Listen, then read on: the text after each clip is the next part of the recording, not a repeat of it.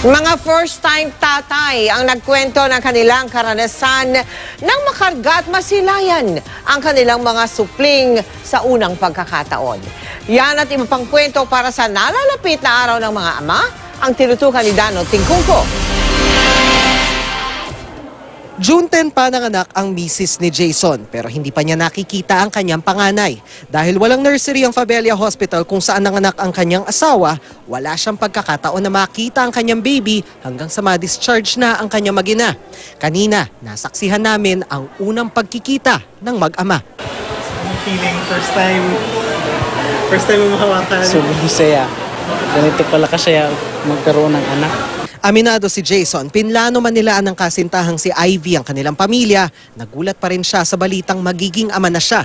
Alam ni Jason ang bigat ng pananagutan ng pagiging isang ama, lalo pat first time siyang magiging tatay. Kailangan ko pong magsipag para may kailangan doble kayo para may makakain sila. Tapos para mapag-aral ko sa tamang panahon. Sa paghihintay rin ginugugol ng mag-asawang Ronilo at Jenny ang kanilang araw dito sa Fabella.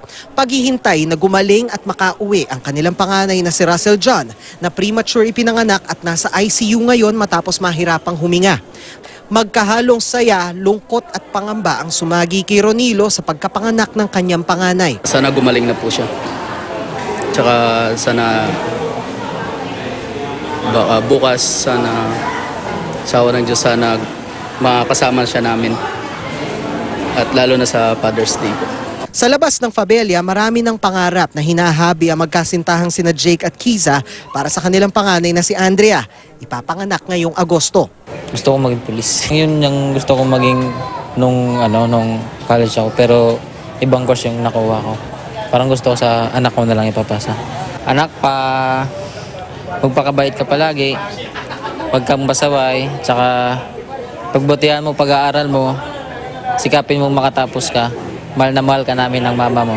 Hindi man sila ang nagdala sa sinapupunan ng 9 na buwan, ilan lang sila sa halimbawa ng mga amang kayang hamakin ang lahat, maibigay lang ang lahat sa kanilang pinakamamahal na anak. Dano Tingkungko, Nakatutok, 24 Oras.